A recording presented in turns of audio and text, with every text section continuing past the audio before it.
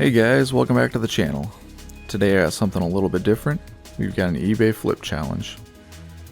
Myself and several of the other channels here on YouTube are going to be doing a little bit of a friendly competition. We're going to be seeing who can flip a model on eBay for the most, and all the proceeds are going to be headed to charities.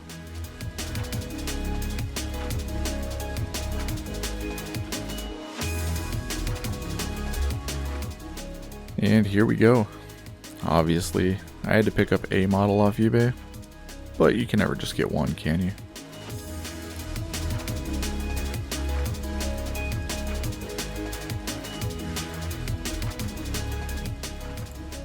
This is the finecast model of Commander Dante for the Blood Angels. This guy's been, I don't know, he's seen better days, we'll put it that way. The challenge was to find yourself a miniature under 650. This guy was 641. Nailed it. As you can see, with all great finecast models, he's got a couple snapped off bits. His toes are gone, gonna hide that in some shrubs, and he lost his axe. But I got a bits box laying around, and I think I can find something that'll work.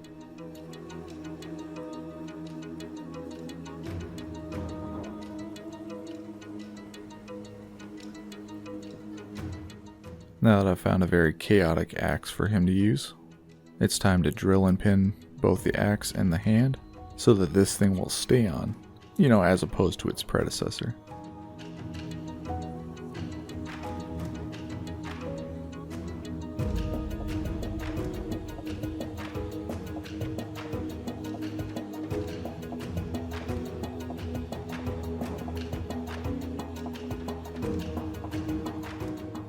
And as long as I'm drilling and pinning, I may as well give him a support point to connect to the base later on.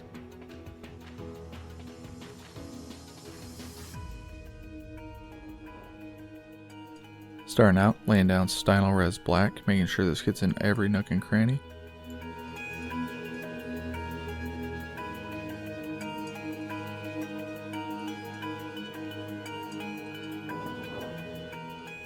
Next up is copper. I'm coming back in with that and filling in about 95%. I want that black to still show through in some areas.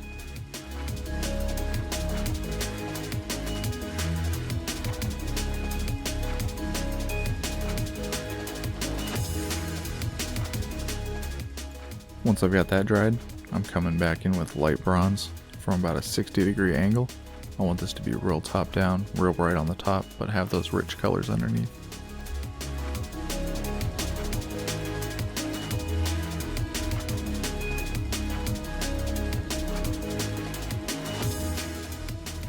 Next up, I'm grabbing my Agrax Earthshade. This is not the gloss variety because I wanted it to stain this armor and bring back a little bit of that brown hue.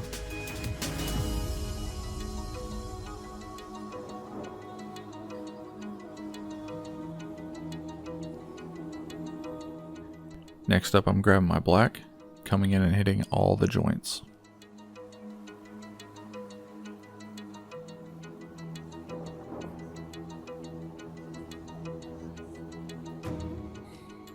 Given that this is going to be more of a bronze armor, I wanted it to look like there's a little bit of oxidization happening, like he's been out fighting for a long time. To pull off that effect, I grabbed a pale blue. It's got a little bit of a green in it, which really helps. I thinned that down, about 3:1 thinner to paint, and got that on the model. Once it had dried a little bit, I came back in with some water on my brush, and just took it off the raised areas. After I had all the patina in, I came back in with my black, reinforced the areas I'd already done, and covered up the rest of them I hadn't even touched yet.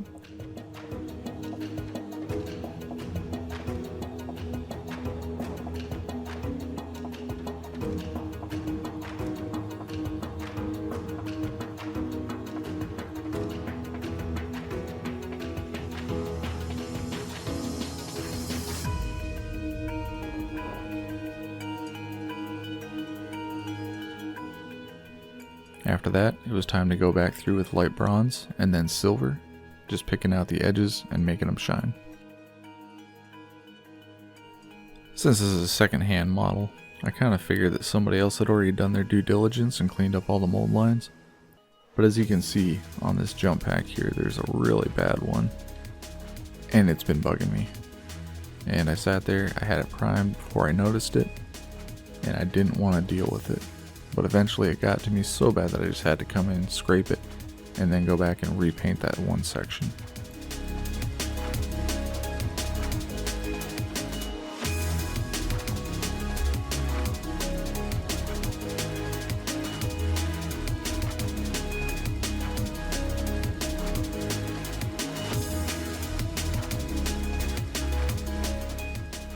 In order to pick out all my wings, I came in with ivory. I used that on the chest, on the shoulder, on the jump pack. The idea here was just to get a nice foundation I could build off later.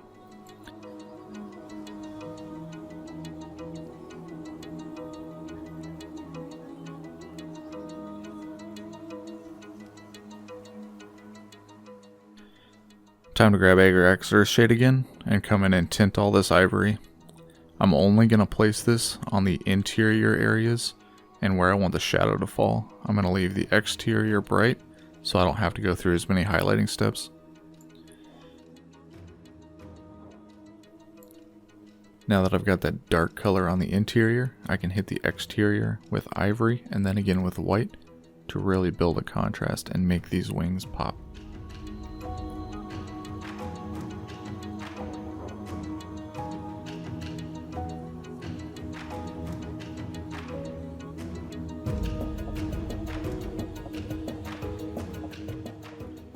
For all my blood drops, I'm coming in with burnt red, bold pyrrole red, and orange, each covering a slightly smaller amount of the blood drop than the previous layer.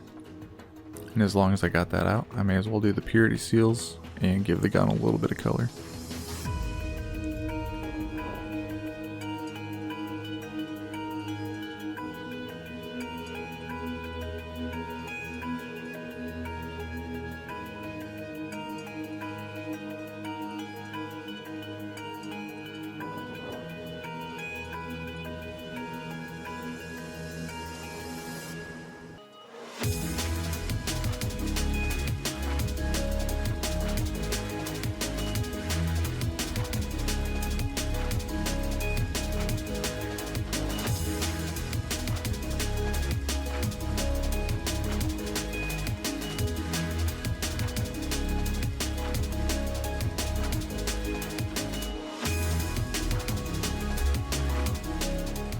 For his wreath, I came in with green and got a solid base coat on it. Once that was done, I started mixing some yellow in and gradually brightening up the tips and the top of that wreath.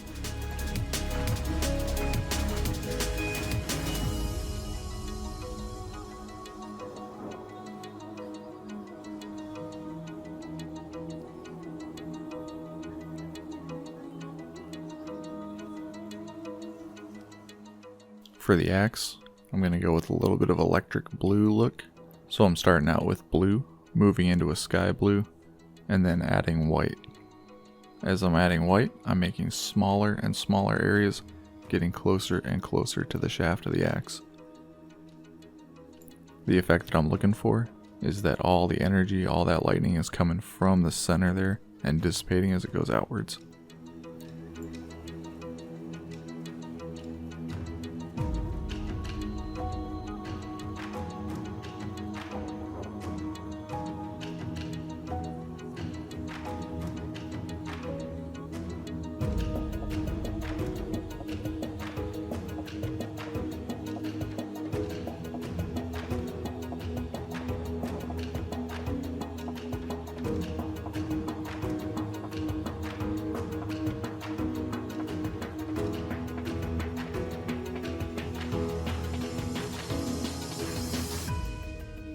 Now I'm going to grab my blue, water it down about 10 to 1. I just want a real thin glaze, and I'm going to put this over the entire surface to try and unify all those different layers.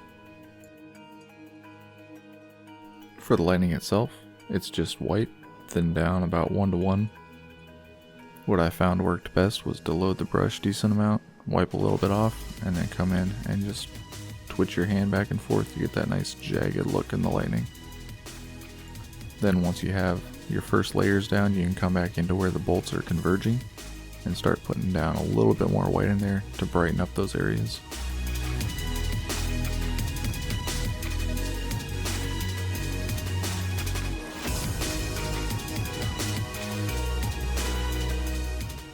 and it just wouldn't look right if I didn't have some edge highlight on it. As this project moved on, I was so happy that he had broken his axe. This is one of my favorite parts of it.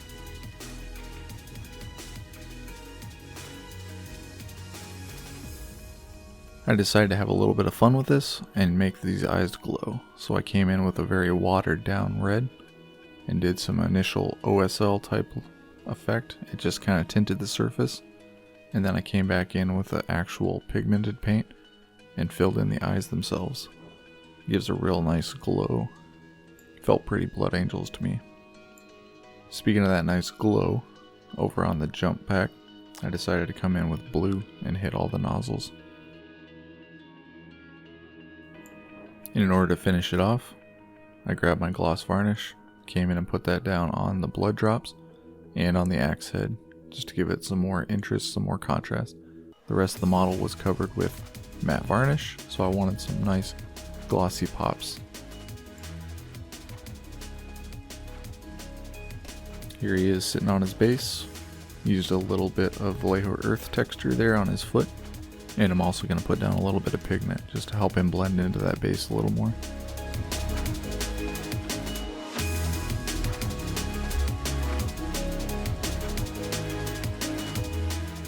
And with that, we're done. I was into the model for about $8, sold it off for $31. I'm not making any charity a millionaire, but every little bit helps, and I had fun doing it. Hope you guys have enjoyed this video. If you would, take a look below. I'll link all the other guys who are participating in this. Go give their channel a watch, see what you think. If anything stood out to you from this video, or if you have questions or comments, just go ahead and put them down below. I'd love to hear from you. And as always, I'll see you in the next one.